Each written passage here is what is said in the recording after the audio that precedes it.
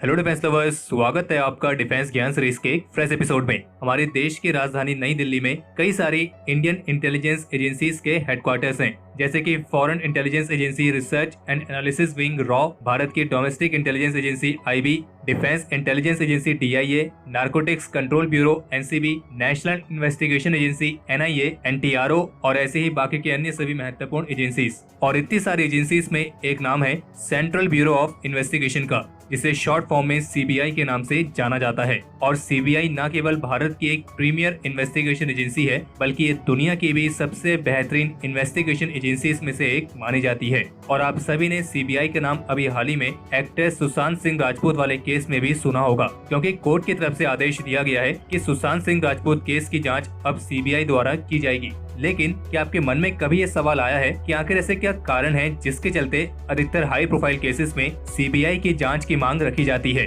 और केवल इतना ही नहीं, बल्कि अगर कोई रूलिंग पॉलिटिकल पार्टी कोई फ्रॉड करती है तो उस फ्रॉड की जांच के लिए भी हर एक पॉलिटिकल पार्टी सीबीआई इन्वेस्टिगेशन की ही मांग रखती है। और आखिर ऐसे क्या कारण है कि जिसके चलते भारत की आम जनता को सीबीआई की इन्वेस्टिगेशन पर इतना भरोसा रहता है? तो अगर आपके मन में ये सब सवाल आते हैं तो आज की ये वीडियो खास आपके लिए है, और इस वीडियो को एंड तक जरूर देखना बिना एक सेकंड स्किप किए बिना, और आपको इन सारे सवालों के जवाब बिल्कुल अच्छी तरीके से मिल जाएंगे। So without wasting any time, let's begin.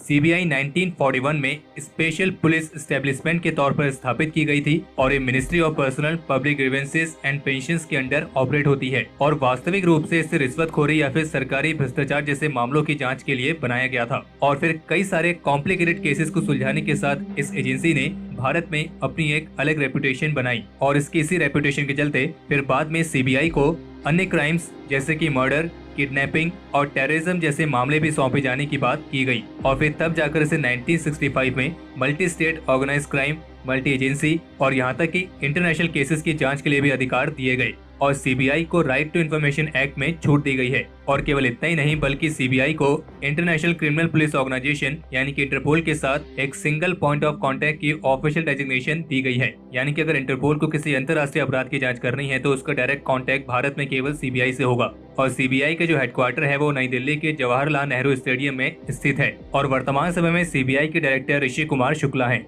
और भारत में हाई कोर्ट और सुप्रीम कोर्ट को अधिकार प्राप्त है कि अगर किसी स्टेट में कोई क्राइम होता है और अगर वहां पर सीबीआई इन्वेस्टिगेशन की जरूरत पड़ रही है तो हाई कोर्ट और सुप्रीम कोर्ट उस स्टेट की सहमति के बिना भी सीबीआई जांच के आदेश दे सकते हैं। सीबीआई पर्सनल्स की कोई अलग से यूनिफॉर्म या कोई अलग से इंसिग्निया नहीं होता है और सीबीआई पर्सनल सिविल यूनिफॉर्म में ही रहते हैं। यानी कि अगर कोई सीबीआई ऑफिसर आपके पास भी खड़ा है तो आप उसे पहचान ही नहीं सकते हैं, क्योंकि वो किसी यूनिफॉर्म में नहीं होते हैं और वो आपको केवल एक कॉमन सिविलियन की तरह ही दिखाई देंगे। और ऐसा इसलिए भी होता होगा क्योंकि अगर मान लीजिए सीबीआई किसी हाई प्रोफाइल क्राइम केस को सॉल्व कर रही है तो ऐसे में एक बेहतरीन जांच के लिए उनकी मौजूदगी का जितने कम लोगों को मालूम पड़े उतना ही अच्छा है। अब आते हैं इस बात पर कि आखिर ऐसे क्या कारण है जिसके चलते सीबीआई की जांच की मांग रखी जाती है और भारत की आम जनता को सीबीआई की इन्वेस्टिगेशन पर इतना भरोसा होता है। तो इसका सबसे पहला कारण तो यही है कि सीबीआई की जो इन्वेस्टिगेशन होती है वो एक प्रोफेशनल मैनर में की जाती है और किसी भी केस की जांच करने के लिए सीबीआई का एक स्टैंडर्ड ऑपरेटिंग प्रोसीजर होता है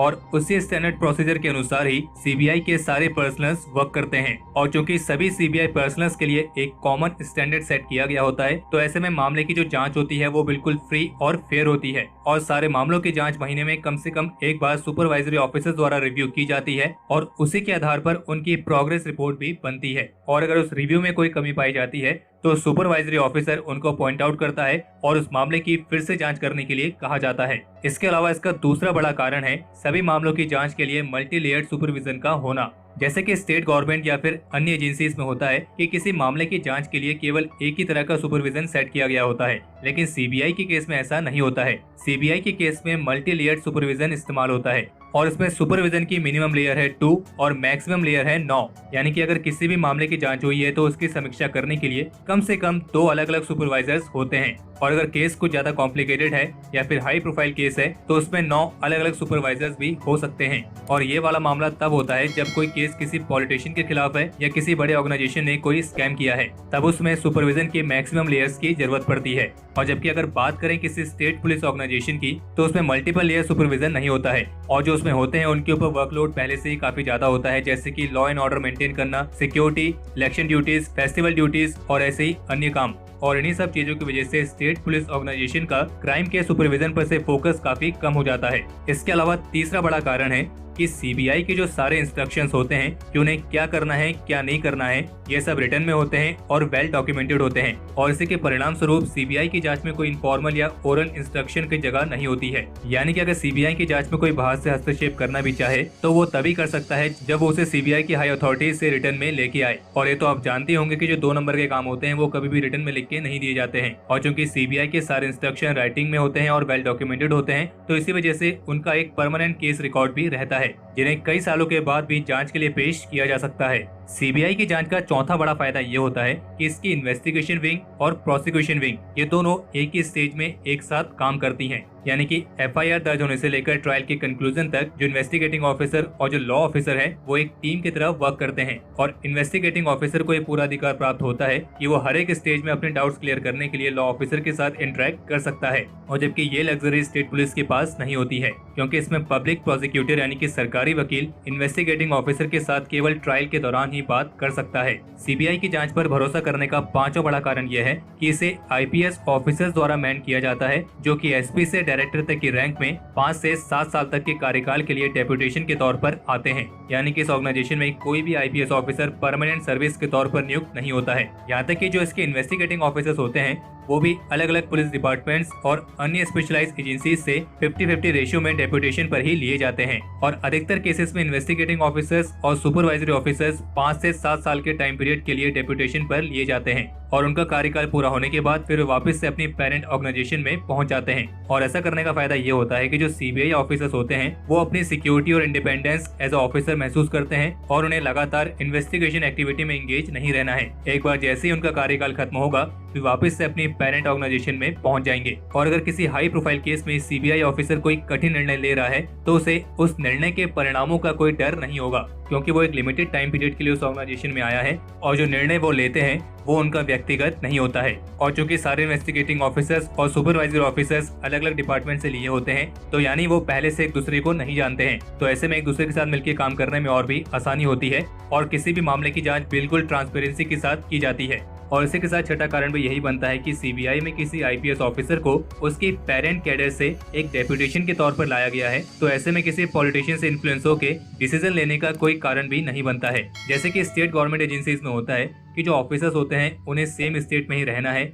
और उन्हें अपना पूरा करियर सेम स्टेट में ही बिताना है, तो ऐसे में कहीं ना कहीं उन्हें ना चाहकर भी पॉलिटिशियन से इन्फ्लुएंस होना पड़ता है। और इसलिए सीबीआई में जो ऑफिसर डेप्यूटेशन पर लाए गए होते हैं वो किसी लोकल पॉलिटिकल बॉस या एग्जीक्यूटिव के अंडर काम नहीं करते हैं, जिसके परिणाम स्वरूप वे बिना किसी डर के और निष्पक्ष रूप से अपना कार्य कर सकते हैं। और सीबीआई में जो ऑफिसर्स होते हैं उन्हें केवल अलग अलग डिपार्टमेंट ही नहीं बल्कि देश के अलग अलग रीजन से भी लाया जाता है। यानी कि मान लीजिए अगर किसी मामले की जांच चल रही है और उसमें सीबीआई के 5 इन्वेस्टिगेटिंग ऑफिसर्स हैं, तो वो 5 ऑफिसर्स देश के अलग अलग हिस्से से होंगे। कोई पूर्वी हिस्से से होगा, कोई पश्चिमी, कोई उत्तरी और कोई दक्षिणी। और सीबीआई ने कई सारी कॉम्प्लिकेटेड और सेंसिटिव केसेस को काफी इफेक्टिव तरीके से सॉल्व किया है, जिसके चलते सीबीआई की जो रेपुटेशन है वो केवल भारत ही नहीं बल्कि पूरी दुनिया भर में है। और चूंकि सीबीआई एक सेंट्रल गवर्नमेंट एजेंसी है तो इसीलिए इसके अधिकार क्षेत्र में पूरा भारत है, और ये बाकी के अन्य ऑर्गेनाइजेशंस जैसे कि ईडी, इनकम टैक्स, एसएफआईओ और एससीबीआई जैसे अन्य ऑर्गेनाइजेशंस के साथ अपनी इन्वेस्टिगेशन को कंडक्ट करने के लिए कोऑर्डिनेशन कर सकती है। और चूंकि सीबीआई एक स्पेशलाइज्ड एजेंसी है और इसका मेन और एकमात्र काम है अपराध की जांच करना, और इसी वजह से इसके ऊपर अन्य जिम्मेदारियों का बोझ नहीं दिया गया है,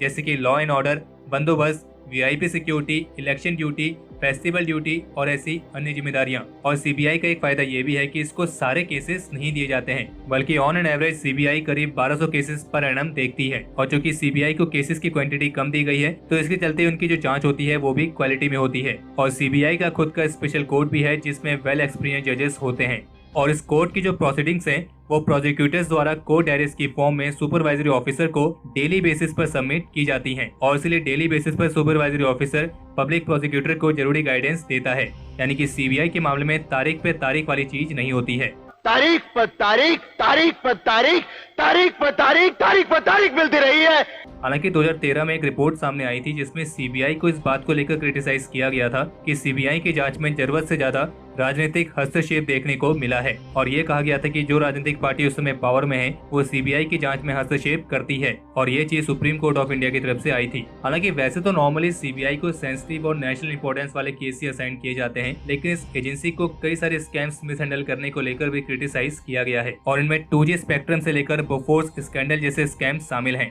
बाकी इन सब आरोपों में कितनी सच्चाई है इसके बारे में तो फिलहाल हम स्पष्ट रूप से नहीं कह सकते हैं। हाँ, लेकिन सीबीआई का ट्रैक रिकॉर्ड देख के जरूर कह सकते हैं कि भारत की जनता सीबीआई पर अपना पूरा भरोसा कर सकती है, लेकिन तब तक जब तक कि सीबीआई की जांच में किसी भी तरह का राजनीतिक हस्तक्षेप ना हो। तो हमारे आज के इस एपिसोड के लिए इतना ही। अगर आपको यह एपिसोड पसंद आया हो तो इस वीडियो को लाइक करें और अगर आपका कोई सवाल या फिर सुझाव हो तो उसे कमेंट सेक्शन में शेयर करें। बाकी अगर आपने इस चैनल को सब्सक्राइब नहीं किया है तो इस चैनल को सब्सक्राइब करना ना भूलें।